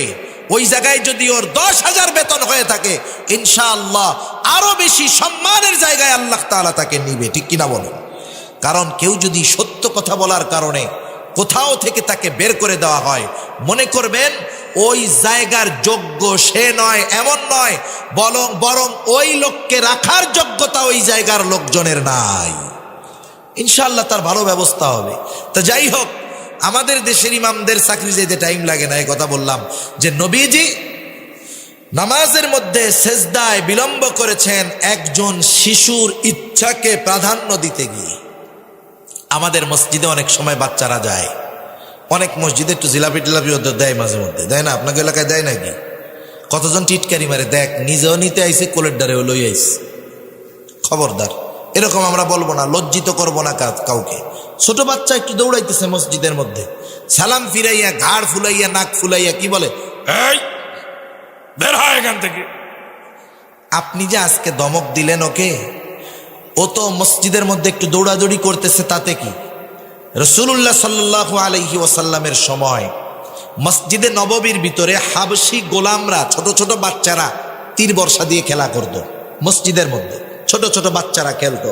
নবীজি সাল্লাল্লাহু আলাইহি ওয়াসাল্লাম আয়েশা সিদ্দিকা রাদিয়াল্লাহু তাআলা আনহাকে খেলা দেখাইতেন। মসজিদের চত্বরে খেলতো, ছোট বাচ্চারা মসজিদের মধ্যে দৌড়াদৌড়ি করতো। হায় হায়, তাতে অসুবিধা কি?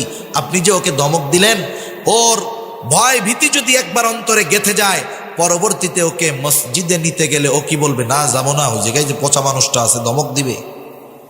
মসজিদ হলো পৃথিবীর সবচাইতে নিরাপদ জায়গা। অনেকে আবার বলে যে বাচ্চারা চেঁচামেচি করলে খুশু থাকে না নামাজের। তাদেরকে বলবো, আপনার এই খুশু এটা যদি একজন বাচ্চার কথার আওয়াজে চইলা যায়, তাইলে জেহাদের ময়দানে যদি যাইতে হয়, সেখানে নামাজ আছে না নাই? নামাজ আছে না? নামাজ আছে। তাইলে পাশে একটা বোম ফুটলেই তো কাম 12টা বেজে যাবে। সেজন্য এসব টালবাহানা আমরা করব না। ছোট বাচ্চাদের মসজিদে আনবো, 5 বছর থেকে আনবো, অভ্যস্ত বানাবো। ও যদি অভ্যস্ত হয়ে যায়, 7 বছর বয়সে ওকে নামাজের জন্য আদেশ করা লাগবে না। আশা করা যায় ওই বাচ্চা 7 বছর বয়সে পাক্কা নামাজি হয়ে যাবে। ঠিক কিনা বলেন? মাদ্রাসার মধ্যে খেয়াল করেন, মাদ্রাসার ওস্তাদদেরকে জিজ্ঞাসা করেন, মাদ্রাসার মধ্যে 5-6 বছরের বাচ্চারাও পড়ে। অনেক সময় 5-6 বছরের বাচ্চা নামাজ পড়তেছে, তাহাজ্জুদও পড়ে। ওর নামাজের দিকে তাকাইলে মনে হয় পাক্কা একজন নামাজি নামাজ পড়তেছে। এত সুন্দর ধীর স্থিরতার সাথে পড়ে। আমরাও চাই আমাদের সন্তানেরা নামাজি হোক। এই জন্য ছোট থাকতেই মসজিদে নেওয়ার অভ্যাস করব। তাহলে 7 বছর বয়সে ও পাক্কা নামাজি হয়ে যাবে। আর 10 বছর বয়স হলে ওকে তো আর পিটানো লাগবে না, কিছুই করা লাগবে না। ওই পর্যন্ত সে পাক্কা নামাজি হয়ে যাবে। ও নামাজ পড়বে, লাভ হবে ওর বাবার, কারণ ওর তো অ্যাকাউন্ট নেই। ওর অ্যাকাউন্ট আছে? ওর তো অ্যাকাউন্ট নেই। সন্তানের ওই ভালো কর্মের সব তার বাবার অ্যাকাউন্টে জমা হয়ে যাবে। সুবহানাল্লাহ। সেজন্য সন্তানদেরকে আমরা নামাজের আদেশ করব। সাথে সাথে যখন একটু বড় হবে, সন্তানদেরকে তার দুনিয়ার দায়িত্ব বুঝায় দিব যে সন্তান, এই দুনিয়াতে শুধু আমাদের চাকরি বাকরি কাজবাজ করা খাওয়া এটাই কাজ না, বরং আল্লাহ তাআলা আমাদেরকে শ্রেষ্ঠ উম্মত হিসাবে ঘোষণা দিয়েছেন। শ্রেষ্ঠ উম্মত হওয়ার জন্য কাজটাও কিন্তু শ্রেষ্ঠ কাজ। কাজ কি? এবার আমরা সন্তানদেরকে বলবো, জানায় দিব, তা'মুরুনা বিল মা'রুফ ওয়া তানহাউনা আনিল মুনকার ওয়া তু'মিনুনা বিল্লাহ। আল্লাহ রাব্বুল আলামিন বলেন, কুনতুম খায়রা উম্মাহ উখরিজাত লিন-নাস, তোমরা হলে শ্রেষ্ঠ উম্মত, তোমাদেরকে মানুষের কল্যাণের জন্য বের করা হয়েছে। কোন কর্মের ভিত্তিতে তোমরা শ্রেষ্ঠ উম্মত?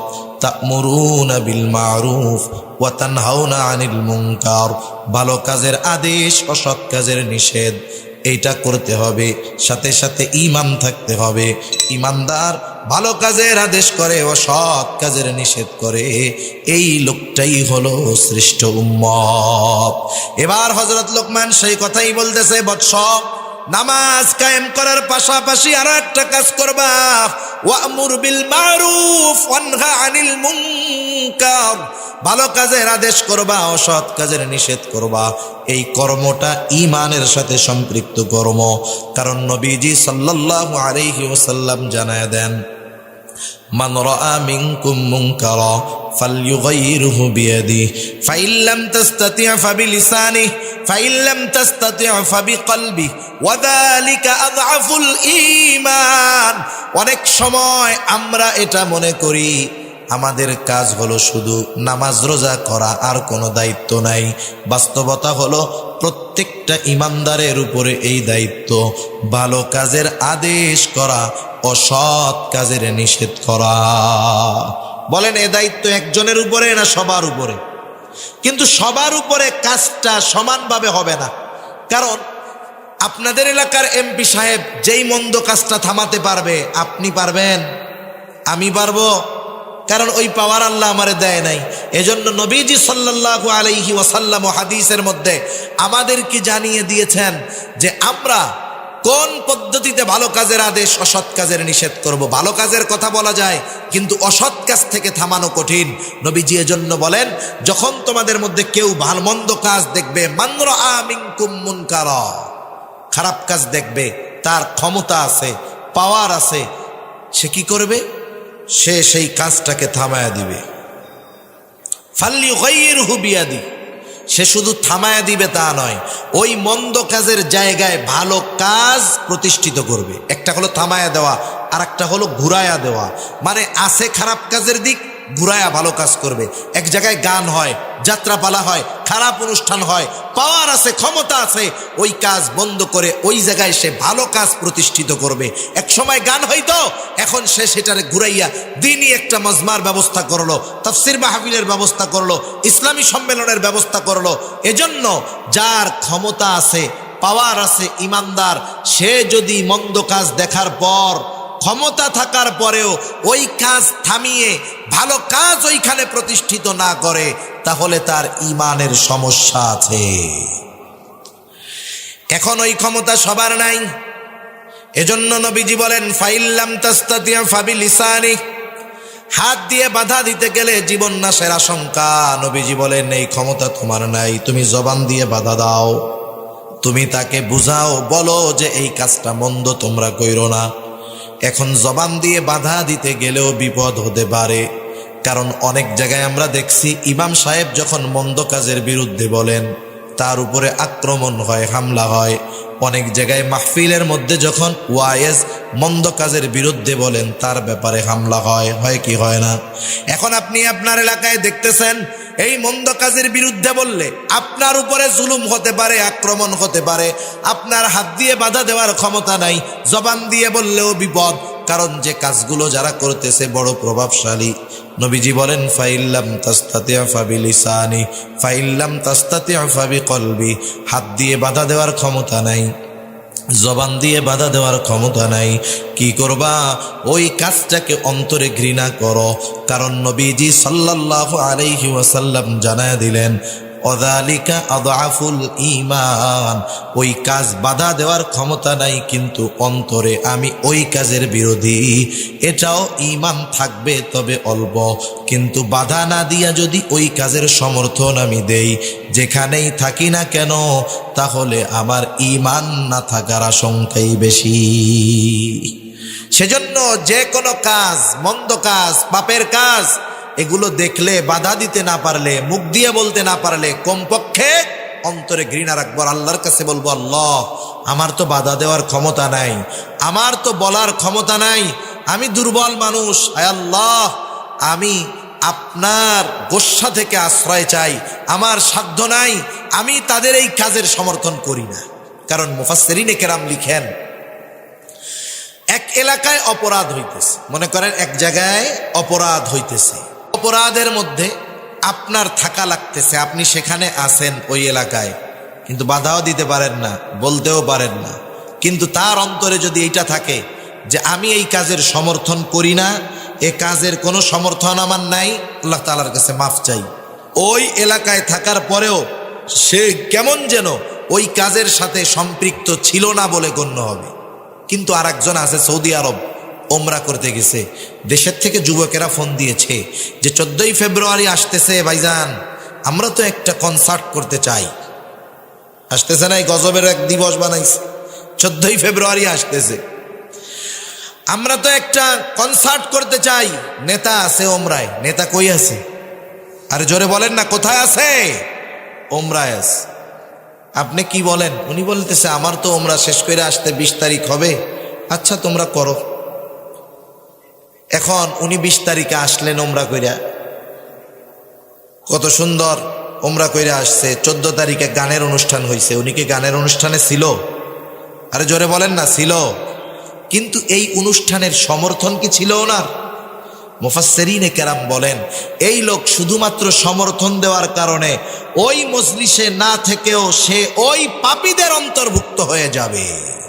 এজন্য দুনিয়াতে যখন কোনো অপরাধ সংগঠিত হয়, আমাদের সবার সমান পাওয়ার নাই। আমরা অনেক সময় ঠেকাইতে গেলে, বলতে গেলে বিপদ।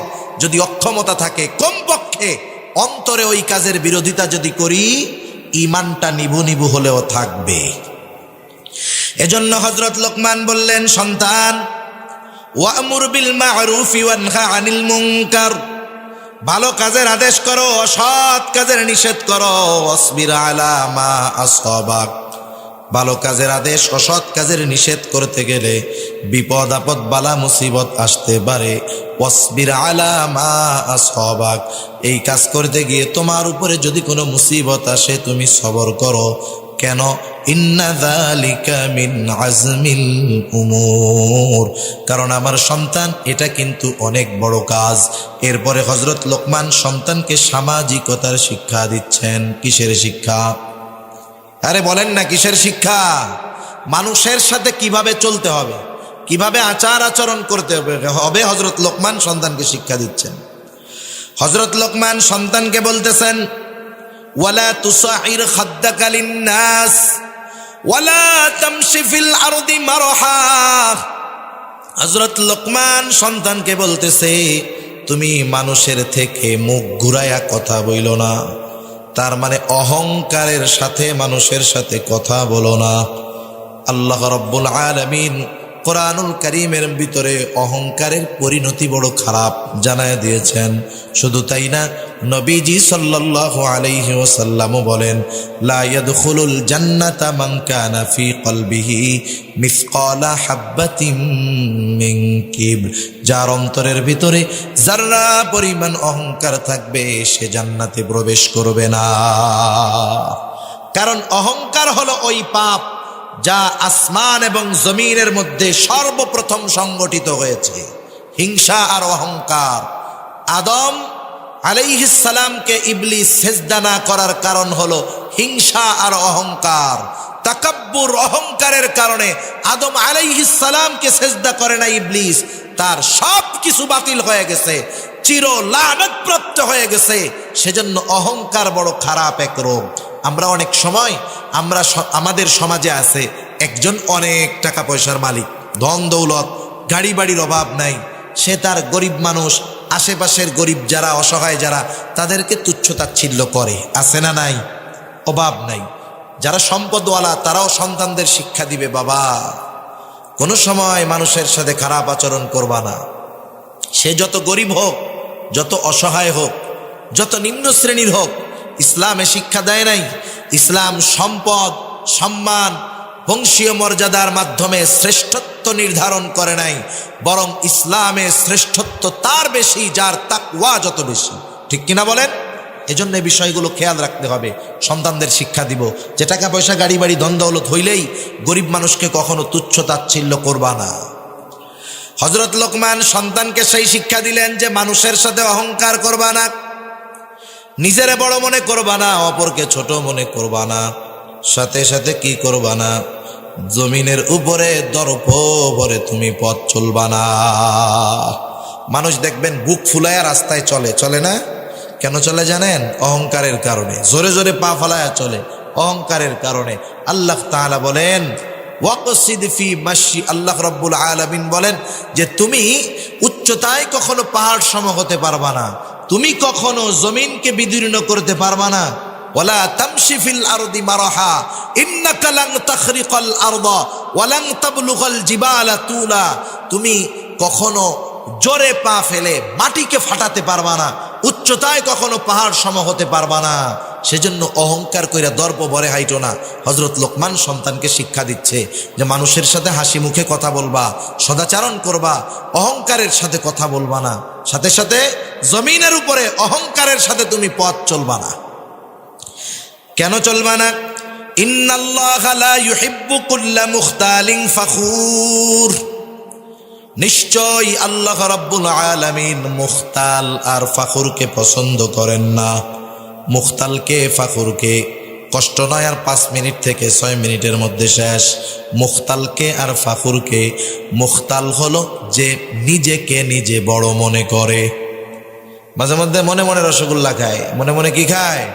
একা একা ভাবে আমি খুব ভালো আলেম, আমি খুব ভালো ওয়াইজ, আমি খুব ভালো যোগ্য ব্যক্তিত্ব, আমি খুব ভালো শিক্ষিত। একা একা ভাবে নিজের ব্যাপারে যে আমি খুব ভালো। এটা হলো মুখতাল।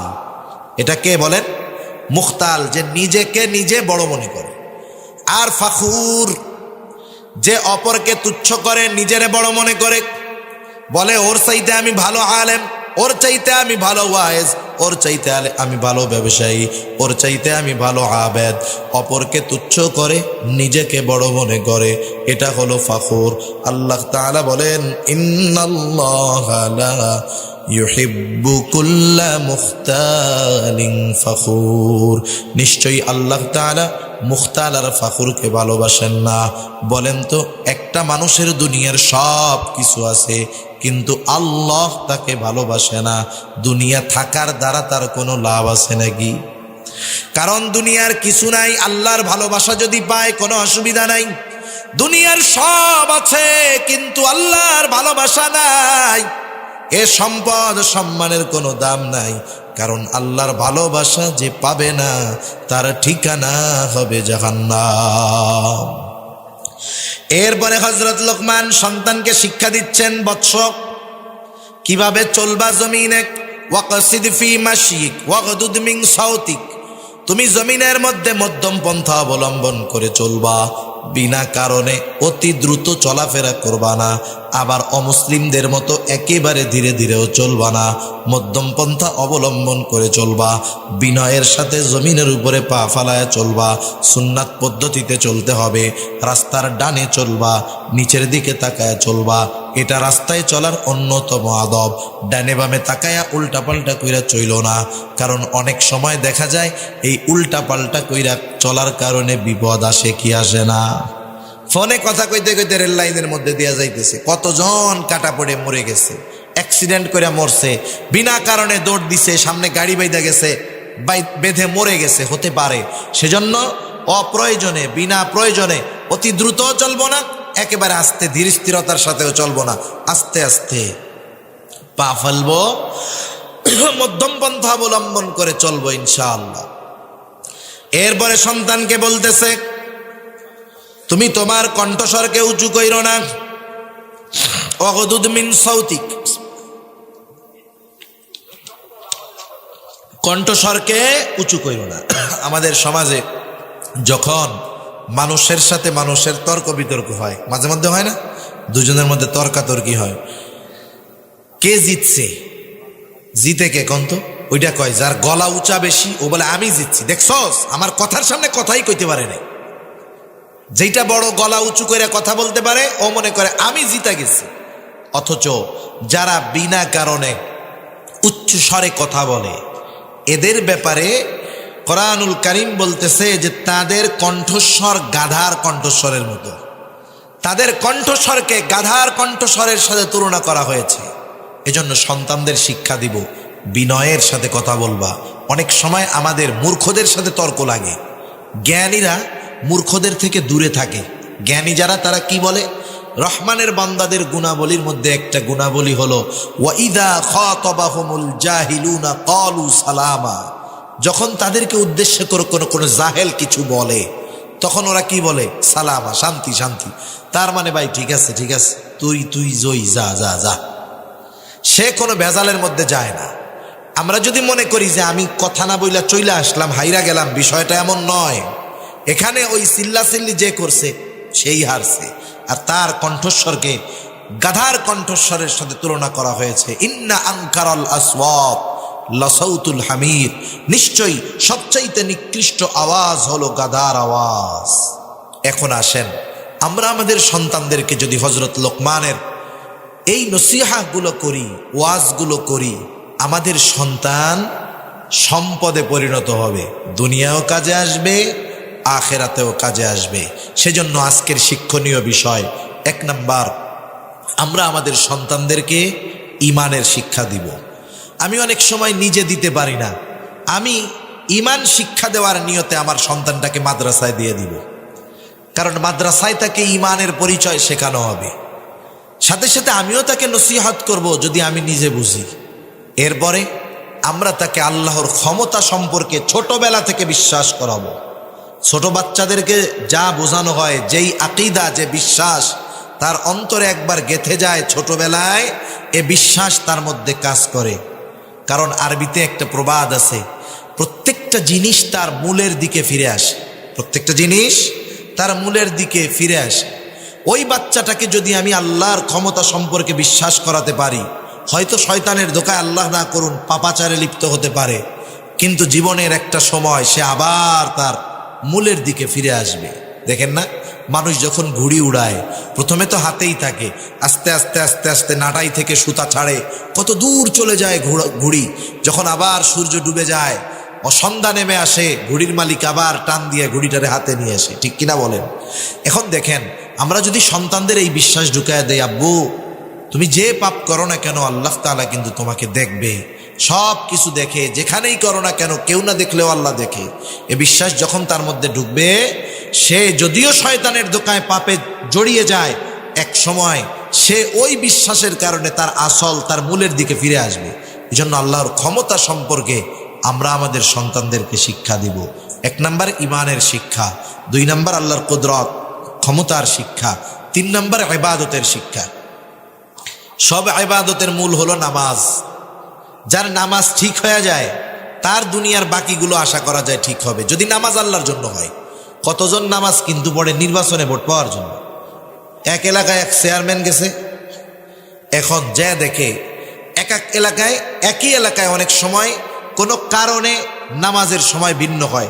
মনে করেন ওয়াক্ত আসছে 3:45, কথার কথা, কেউ আসরের নামাজ পড়ে 4টায়, কেউ পড়ে 4:15, অনেক জায়গায় কারণবশত 4:30ও পড়ে। এখন এক জায়গায় গেছে, যায় দেখে আসরের নামাজ শুরু হয়েছে, চিন্তা করছে আসরের নামাজে যদি পড়ি মুসল্লি থাকবে, নামাজের পরে দাঁড়ায় যদি ভোট চাই কাজে লাগবে। এবার মসজিদে ঢুকে গেছে, অজু টজু কিচ্ছু নেই, আসরের নামাজ পড়া টড়া 3 মিনিটের বক্তব্য দিয়েছে, আমি আপনাদের সন্তান, এই সেই হ্যান, এই নির্বাচনে আমারে ভোট দিয়েন। এবার মোটর সাইকেল টান দিছে, 5 মিনিট পরে আর এক এলাকায় গিয়া দেখে ওই এলাকায় 4:15 আসরের নামাজ হচ্ছে, আবার ঢুকছে মসজিদের মধ্যে। এবার আবার আসরের নামাজ পড়া টড়া সবার কাছে বলতেছে, আমি আপনাদের সন্তান, মসজিদে আসলাম কারণ মুরব্বী মুসল্লি সব পাওয়া যায়, আমি ওই যে নামাজের জন্য আসছি, আমার জন্য দোয়া করেন, এই সেই দোয়া টোয়া নিয়ে হুন্ডা টান দিছে সামনে। এবার দেখে ওই এলাকায় 4:30 আসরের নামাজ, আবার ঢুকছে মসজিদের মধ্যে। ঢুইকা একই বয়ান, নামাজের শেষে বলতেছে যে নামাজ কালাম পড়লাম, আপনাদের দোয়া নেওয়ার জন্য আসলাম, আমার জন্য একটু দোয়া করেন, এই সেই বলে টইলা। এবার বলে পিএস রে বলে, চল আজকে বাড়ি যাইগা, অন্যান্য দিন আপনি প্রচারণা রাত 12টা পর্যন্ত করেন, আজকে 3 মসজিদে প্রচারণা করে শেষ। কয় শোন, 20 দিনে যেই প্রচার হইতো, এই 3 নামাজে তাই হয়েছে। এখন পিএস তো বুঝে না, বলে বুঝলাম না, আপনি তো পশ্চিম দিকে উবুতইয়াও পড়েন না, তা আজকে 3 বার আসরের নামাজ পড়লেন নাকি বিগত জীবনের কাজা সহ আদায় শুরু করছেন?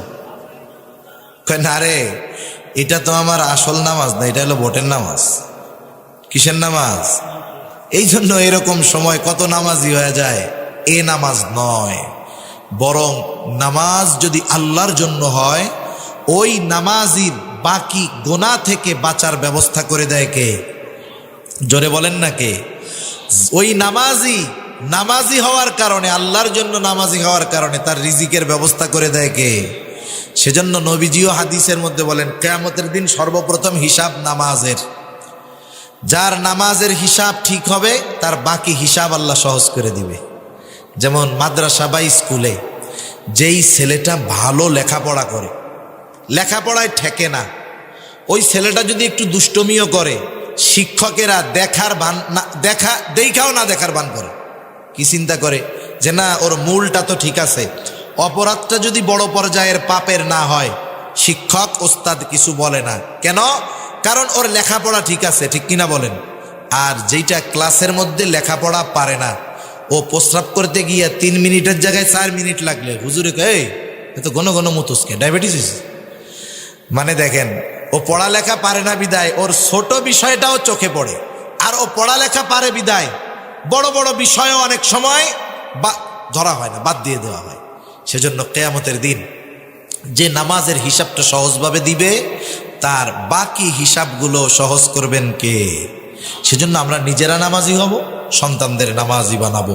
ইবাদতের শিক্ষা, প্রথম ইমানের শিক্ষা, আল্লাহর ক্ষমতার শিক্ষা, ইবাদতের শিক্ষা, এরপরে সামাজিকতার শিক্ষা, মানুষের সাথে কেমনভাবে চালচলন হবে, এই 4 ধরনের শিক্ষা হযরত লোকমান তার সন্তানকে দিয়েছেন। আমরাও যদি সন্তানদের এই উপদেশগুলো দিতে পারি, বাস্তব জীবনে আমলে পরিণত করতে পারি, এই সন্তান আমার আপনার জন্য দুনিয়া আখিরাতের সম্পদ হবে ইনশাআল্লাহ।